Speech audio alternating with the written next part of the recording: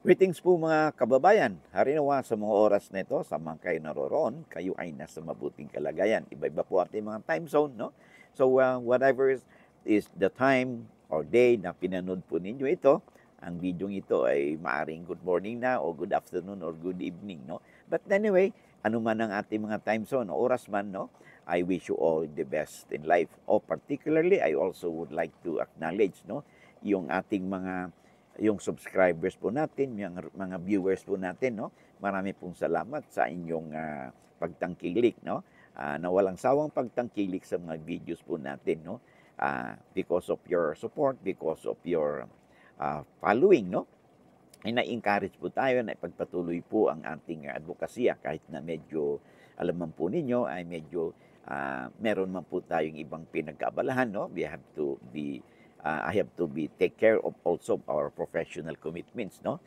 Bukod pa dito sa ating advokasya na may palawig pa natin ang ating advokasya na mapagbigay po ng legal na kaalaman, impormasyon sa ating mga kababayan. Okay? Particularly through the power of the tinatawag natin for the power of the internet. Okay? Maraming salamat. All right. So, sa mga hindi pa po nakapag-subscribe, okay? Kasi base po sa datos po ng YouTube, no? More than 60% of our viewers, no, ay hindi po subscribers, no? Kaya kung hindi pa kayo napag-subscribe at saka you find our videos, no, informative and interesting, siguro naman po hindi po naman kalabisan kung ako po hingi sa inyo ng pabor, no, na i-click po ninyo ang subscribe, share, and like buttons po natin. And of course, yung notification bell upang sa ganun, pag meron po tayong mga updates, no, ay you'll be duly notified. Okay? Maraming salamat. Okay. Alaala lang ha, ang ating po na pag-usapan, pinag-usapan mo, ay huwag po niyong maituring isang legal opinion, bagkus consider our discussion for information and academic purposes only. Kung meron kayong compelling issues, abay pinaka-the best na ang magkonsulta po sa inyong lawyer. Okay? Maraming salamat po. Okay? So, bago tayo magpatuloy, pwede bang i-plug ko po ang ating libro, no? And sa lagi po natin sinasabi, no, sa mga previous videos po natin, no, ay itong mga libro po ito, particularly po yung Legal Handbook, no, A Daily Companion for All, ito po ay angkop po, no, sa kahit na hindi po kayo lawyer. Ito pong librong ito, no, itong daily legal handbook po natin, ito po ay it contains the extract, no, of the laws that one way or the other, no, ay could have a bearing in our life, no, pang araw-araw na buhay po natin, no, from the time na ang isang tao ay na-conceive, pinanganak, nagkaroon, may issue na diyan, no, pagdating sa family relations, kasal ba, hindi ba kasal, anong status ng bata, okay? Meron ditong birth certificate, may issue sa birth certificate, baptismal certificate, may issue sa support, okay? Family relations, marriage, no? At pagdating din po sa hiwalayan, okay? Divorce, no? At saka yung issue sa lupa, employment, no? Among others, ay more or less ang extract po nito mga batas na ito ay nandito po sa legal handbook, and this could be very useful kung mayroon po kayo nito sa inyong bahay at ganun din sa inyong place of work. Of course, secondly po, ito pong handbook on our Bill of Rights, no, kung saan ang libro pong ito contains yung ating pong karapatan, no, sa ilalim ng saligang batas po natin. In the event that the state, no, exercise its sovereign or inherent power as a sovereign state, no, in terms of halimbawa their police power, no, the power of eminent domain na kung saan ay pwede pong makuha po ang ating property for public use or purpose, okay? And of course, yung paghalimbawa, the power of taxation, okay? And police power. Pag ang estado po ay in-exercise po ang inherent powers of the state, ay more or less one way or the other, yung ating pong life, liberty, or property could be affected, no? Particularly pag ang isang tao ay sa issue on arrest. Kailan ba tayo pwedeng maaresto ng walang warrant? Oh, warrant of arrest, ano ba yan? No? At search and seizure, search warrant, okay? And then, pag kayo o ang isinuman sa atin ay hinuli ng pulis is now under investigation, custodial investigation. Ano ba ang karapatan natin, no, if you are under custodial investigation? So, and then, because of this digital world na po tayo ngayon, no? When our electronic gadgets like laptop po natin, computer po natin, mobile phones po natin, and electronic gadgets are used, no, in the commission of a crime. Naku po, no? We could be subjected to tinatawag nating ito maging cybercrime, and ito pong ating mga electronic gadgets could be subjected to forensic examination wherein different version of cyber warrants could be issued by the court, no? So, kailangan mas maganda po kung meron po kayong copy nitong librong ito sa inyong bahay, no? At sa inyong workplaces upang sa ganun you'll be duly meron kayong ready materials na pwedeng basahin po ninyo in the event kung interesado kayo sa mga usapin, no? Sa topics na ating nabanggit. Okay? And then, of course, excuse me, yung labor laws po natin, no? And social legislation, excuse me, ito po ay angkop, no, sa mga HR practitioners po natin, no? For your handy reference. Okay? And then, ito pong corporate law, annotated, o sa mga corporate lawyers po natin, no? Kung may wala pa kayong kopya nito, this book could be handy ready reference materials po sa ating corporate practice. Okay? And then, the last but not the least, okay, ito pong the Code of Professional Responsibilities and Accountabilities for lawyers, SIPRA po, no? So mga panyeros y panyeras po natin, ito po ang ating Bible, no? Na we have to adhere, no? Being a member of the Philippine Bar and in the practice of our profession. Okay? Maraming salamat. Thank you po sa inyong oras and your interested. Paki-screenshot po, no, ang libro natin so that you can order kung gusto ninyo online, no? And or you can visit their stores, no, dito sa Metro Manila. They have branches in Mandaluyong, Manila, Makati, Quezon City, and of course sa probinsya, meron din po silang branch po sa Cebu and in Davao. Okay? Maraming salamat. Okay.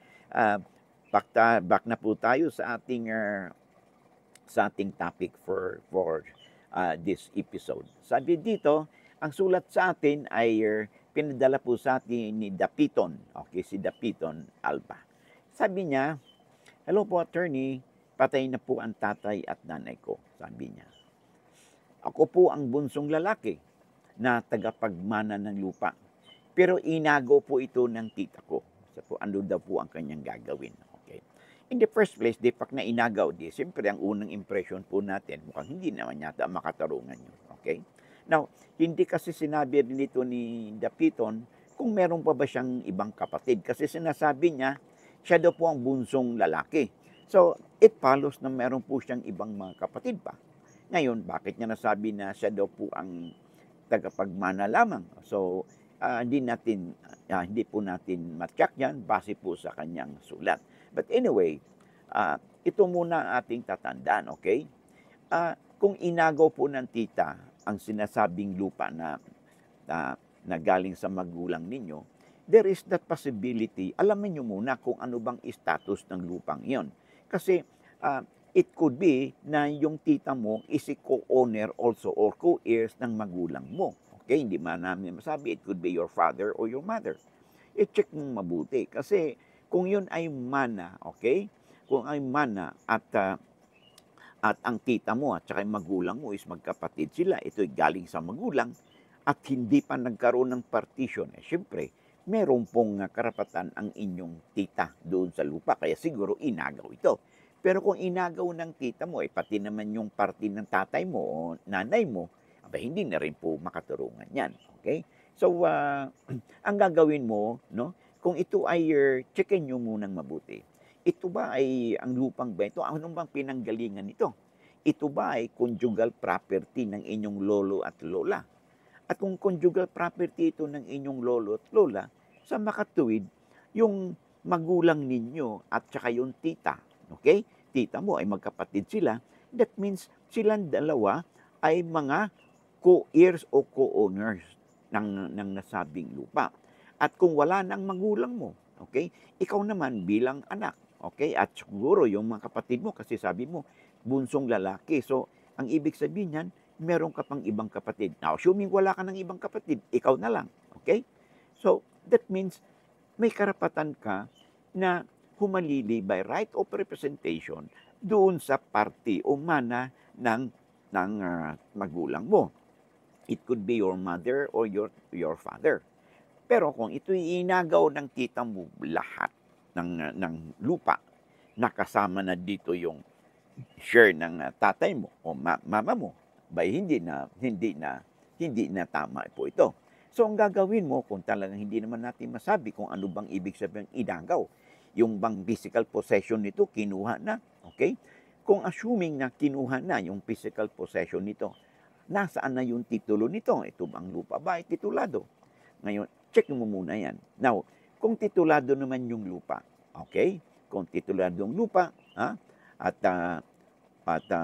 i-check mo niyo sa Register of Deeds yan, okay? Ngayon, ay baka merong iba kasi nagsasabi na, pagpunta po namin sa Register of Deeds o sa Assessor's Office, hindi po kami in-entertain kasi wala daw pong, may Data Privacy Act daw tayo at kung saan hindi basta-basta nagbibigay ng kaukulang impormasyon tungkol sa sinong may-ari. But ikaw kasi ay you are an heir, meron po kayong legal basis o capacity, no, na makapag-access po dito sa mga impormasyon na inyong kinukuha. So, ngayon, assuming na talagang inagaw na ng inangkin na ng tita mo yung buo at hindi ka binigyan. Okay, dalawa lang naman yan eh. Either hindi ka na inangkin ng tita mo yung buo, pati yung share ng tatay mo o nanay mo, or nagkaroon sila ng partition at bukod pa doon, ay pati naman yung sa tatay mo ay kinuha na rin ng tita mo. So, ang mari mong gawin ay to protect your interest, no? Assuming na hindi pa talaga nagkaroon ng settlement of estate kasi sabi mo, patay na yung tatay mo at nanay mo. At kung assuming na ikaw na lang ang nag-iisang anak, okay? Surviving heirs ka, may magpagawa ka ng affidavit of self-adjudications as sole heir, no? Sa lawyer, okay? Upang sa ganoon, may legal na dokumento kang pagbabasihan na kung saan sinasabi mo na ikaw ang surviving heirs ng inyong magulang. Na whatever rights o karapatan ng tatay mo o ng nanay mo doon sa lupa, by virtue of the deed that you have executed, tulad ng affidavit of self-adjudication as sole heir, no? Ay meron kang legal basis kung pupunta ka man sa korte o kung pupunta ka man sa Register of Deeds sa Assessor's Office na ipakita na kung saan kiniklaim mo ang iyong share doon sa property. So ang gagawin mo to protect your interest is mag-file ka muna ng tinatawag nating, assuming meron ka ng affidavit of self-adjudication, mag-file ka ng adverse claim doon sa lupa. Okay? And within 30 days, no, mag-file ka ng adverse claim either sa kung titulado yung lupa, doon ka sa Register of Deeds. Kung hindi naman titled yung lupa, doon ka mag-file din ng affidavit of adverse claim doon sa Assessor's Office. And be sure na within 30 days, no, from the filing of the affidavit of an adverse claim, you have to file a petition in court, no, for reconveyance, for the reconveyance of the title, o kung may title na yan, napatituloy ng tita mo, for the cancellation of the title and the reconveyance of that property para mabawi mo ang share mo doon sa nasabing lupa. Okay? So, yun ang tatandaan mo. At kung kinakailangan, no, upang magkaroon kayo ng guidance, no, I would suggest na you consult your lawyer, no, upang sa ganun ay matulungan kayo na maisagawa, no, ang kaakibat na mga dokumento na nabanggit po natin. And of course, compliance po ng tinatawag nating requirements, no, in the event na magkaroon kayo ng settlement of estate doon sa mga naiwang ari-arian ng magulang mo kung hindi pa kayo nagkaroon ng affidavit of self-adjudication na kung saan required din na magkaroon kayo ng publication, no, doon sa newspaper of general circulation for the at least 3 consecutive weeks, no, na kung saan sinasabi mo base doon sa affidavit of self-adjudication as sole heir na ina-appropriate mo na, kinukuha mo na yung o kiniklaim mo na ang parte ng inyong mana. Okay? And then of course, but not the least, wag nating kalimutan, kailangan bayad din ang estate tax, no? At saka yung documentary stamp tax. Kasi kung hindi po bayad ang mga ito, hindi po tayo mabibigyan ng ICAR kung tawagan o Electronic Certificate Authorizing Registration ng BIR na kailangan po ito, no? Kung iparehistro ang inyong affidavits of self-adjudication as sole heir doon sa Register of Deeds. No, upang sa ganon ay magkaroon ng annotation doon sa title o sa tax declaration certificate sa lupa na kung saan ay kiniklaim mo at mailipat sa iyo ang pangalan ng titulo at tax declaration certificate ng nasabing property. Okay?